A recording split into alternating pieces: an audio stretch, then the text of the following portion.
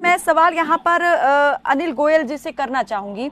अनिल गोयल जी, इस पूरे मामले में अब एक अलग ही तरीके की बात ये की जा रही है। प्रदेश के मुखिया योगी आदित्यनाथ कह रहे हैं कि साजिश रची जा रही थी दंगा भड़काने की। पुलिस ने इस तरीके से रात के अंधेरे में क्यों जला दिया पीड़िता के शव को, इसको लेकर तो सीएम का कोई बयान सामने नहीं आया, लेकिन विपक्ष क्या कर रहा है, क्या मंशा हो सकती है, इस पर सीएम क्यों बोल रहे हैं? कायनाथ जी, मेरी आवाज आ रही है आपको? बिल्कुल आ रही है।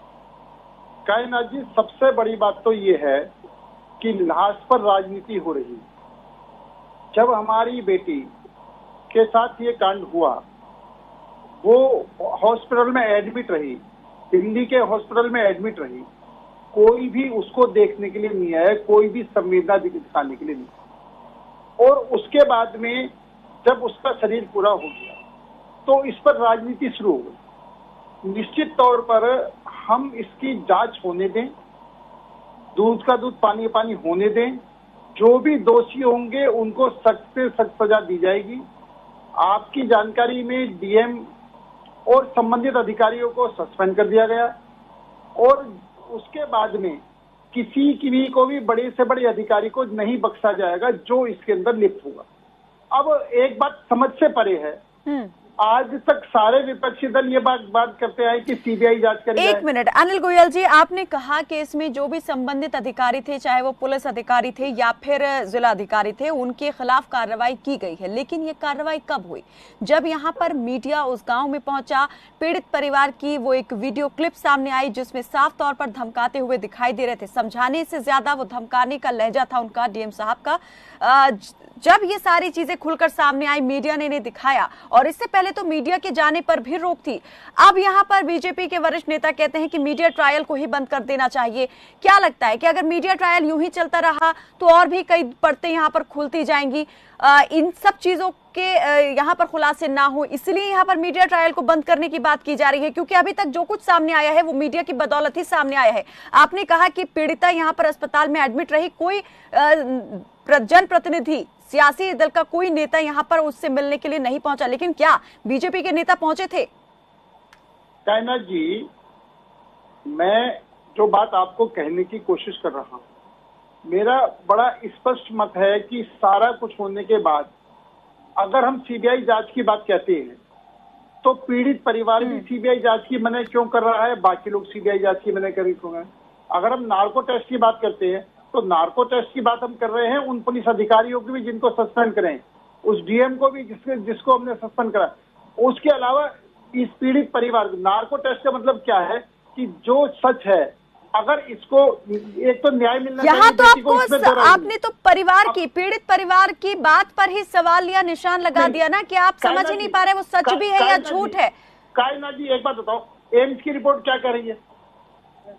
अब मेरा कहने का मतलब तात्पर्य ये है कि जो मैं आपसे निवेदन कर रहा हूं वो ये कर रहा हूं कि कम से कम अगर किसी का भी नार्को टेस्ट होता है तो उसके अंदर किसी को क्या ऐतराज? सीबीआई जांच हो रही है तो उसमें किसी को किस बात का ऐतराज?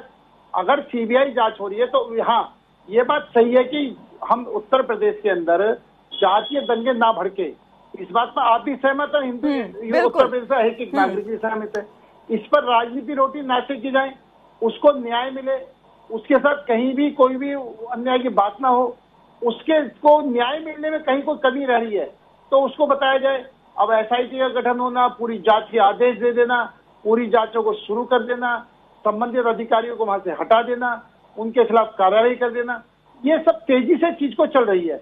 और मेरा तो निवेदन है सभी विपक्षी दलों से भी, राजनीति हम बहुत जगह करने के लिए बहुत ही एंगल है, लेकिन यहाँ पर हम एक बेटी, हमारी बेटी के साथ ऐसा हुआ है और उसके साथ ऐसा नहीं होना चाहिए।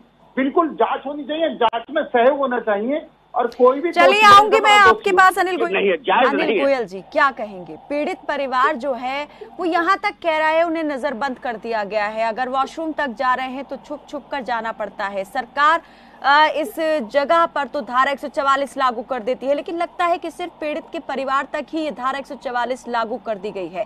गांव के दूसरे और हिस्सों में बड़े बड़े मजमे लगते हैं, जमघट लगते हैं, लोगों के पंचायतें होती हैं, पीड़ित परिवार का आरोप ये भी है कि धमकाया जा रहा है, लेकिन कोई एक्शन नहीं है, वो भी तब जब पुलिस के अधिकारी वहां पर मौजूद हैं। तो क्या चल रहा है ये? कौन यहाँ पर किसके साथ क्या करना चाहता है? कायनात जी, पीड़ित परिवार बताए कि किस आदमी ने उनको धमकाया है। कायनात जी, मैं ये कहना चाहता हूँ, सीबीआई हमारे देश की सबसे बड़ी जांच एजेंसी है। आपको इस पर विश्वास नहीं है, एसआईटी पर आपको विश्वास नहीं है, और जो अब तुम हर चीज को हर आदमी अपनी अपनी राय देगा और लोग हर बात के लिए कहते हैं सीबीआई जांच हो। आप सीबीआई जांच से पीछे हट रहे हैं, एसआईटी जांच से पीछे हट रहे हैं। दूसरा, अभी जो कहा कि हमें मिलने नहीं दिया जा रहा, अगर धारा 144 लग रही है तो राजीव गांधी, प्रियंका गांधी, राहुल गांधी, प्रियंका गांधी जाकर मिलने किसने रोका है? वो 1000-2000 आदमी लेकर के ये ड्रामेबाजी, ये राजनीति यात्रा निकल रही है, या उसके दुख दर्द को बूझने के लिए जाया जा रहा है? तौकीर जी, आपको जब ये पता है, तौकीर जी, चलिए अनिल जी आपकी बात लूंगी। तौकीर जी, आप ड्रामेबाजी जो है ये आपके सरकार की है। जांच एजेंसियों का जो भरोसे की बात आप कर रहे हैं, आप भरोसे की बात मत करिए। जब देश की सरकार पे ये देशवासियों को भरोसा नहीं है तो जांच एजेंसियों में क्या भरोसा होगा? आपने सबसे पहली बात ये है कि जब देश की सरकार को भरोसा नहीं है तो किन पे भरोसा होगा? जाकर देखिए, आप झूठ बोलते हैं, आप झूठ बोल के चलना है, हजारों आदमी लेकर के चलना है। कोरोना काल है, कोरोना को सबको कोरोना पीड़ित करना है, बेटी देश के की जनता का साथ ख्याल नहीं करना है। बड़ा दुष्कर्म हुआ, आप राजनीति कर रहे हो। एक बेटी के साथ इतना बड़ा दुष्कर्म हुआ, उसको संवेदना उनके घर जाने के लिए, पीड़िता के घर जाने के लिए अगर आप पुलिस बल का इस्तेमाल करेंगे, 2 लोग जाकर 4 लोग जाकर चले, आप उन पर लाठियां चलाएंगे। आप ये बात कहोगे, आप राजनीतिक रोटी सेक रहे हो। नहीं, आप उन पर लाठियां चलाएंगे, निकाल रहे हो राजनीतिक रोटियां। आप बहुत साफ सुथरे आदमी हैं, तो क्यों नहीं आपकी सरकार जो है जाने दिया? क्यों नहीं जाने दे रही थी? क्यों आपकी बात जो है? नहीं, अनिल गोयल जी, अगर इस मामले में ये कहा जाए कि मीडिया की तरफ से इस मामले को उठाया नहीं जाता या विपक्ष के नेता इस मामले को जोर शोर से नहीं उठाते, तो शायद ये मामला सामने आता भी नहीं, पता भी नहीं चलता कि किसके साथ क्या हो गया।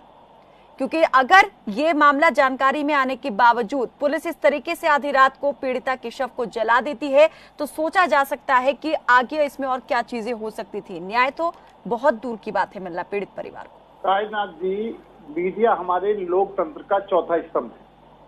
हम मीडिया का पूरी तरीके से सम्मान करते हैं और मीडिया को देश की ज्वलंत समस्या उठाने का पूरा हक है। अगर मीडिया देश की ज्वलंत समस्याओं को नहीं उठाएगा, लेकिन तो फिर भी सरकार ठीक है, उसी मीडिया के काम पर कहा जा रहा है कि मीडिया ट्रायल को बंद कर देना चाहिए हाथरस मामले पर। क्यों ये बात क्यों कही जा रही है? आप मेरी पूरी तो सुन लो ना जी। इसलिए मीडिया के अधिकार में कोई वो नहीं है, लेकिन एक बात जरूर है कि मीडिया को भी चीजों को उठाने से पहले अपने एंगल पर ये जांच करनी चाहिए कितना ठीक है कितना गलत है।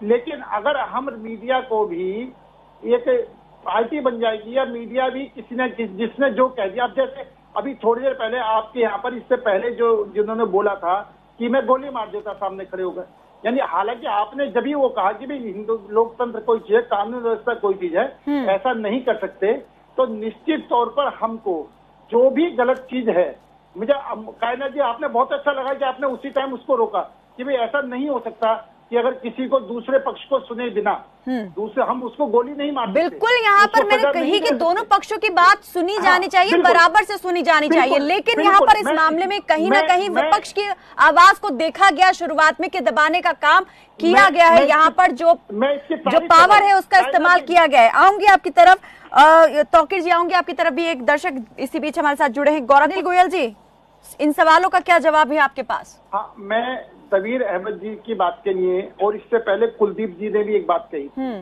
मैं दोनों बात के लिए कि कुलदीप जी भी ये बात कह रहे हैं कि निश्चित तौर पर राजनीति नहीं होनी चाहिए, राजनीति बयानबाजी नहीं होनी चाहिए, और दलवीर जी भी जो बात कह रहे हैं जो प्रशासन में गलतियां हुई हैं उनको इमीडिएटली एक्शन लेकर के सबसे पहले तो उसी की जांच होनी चाहिए कि अगर पुलिस प्रशासन ने या उच्च अधिकारियों ने यहाँ पर अपनी अथॉरिटी का इस्तेमाल किया है तो वो किसके कहने पर स्वयं अपने विवेक से ये फैसला लिया या किसी के कहने पर ये फैसला हुआ। सबसे पहले तो इसी बात की जांच होनी चाहिए। जल्दी तौकीर जी, अंतिम प्रतिक्रिया आपसे रखी जाएगी, लेकिन सवाल ये उठता है कि आखिर राजनीतिक दल दुष्कर्म जैसे मामलों में एक दूसरे पर कीचड़ उछालने की बजाय इन्हें लेकर चिंता जाहिर क्यों नहीं कर रहे। राजनीतिक दलों का रवैया सिर्फ एक बात ही यहाँ पर जाहिर करता है कि राजनीतिक दल को अपनी साख की ज्यादा चिंता है, ना कि महिला सुरक्षा और कानून व्यवस्था की। सवाल आपका में फिलहाल मेरे साथ बस इतना ही। आप देखते रहें खबर फास्ट। नमस्कार।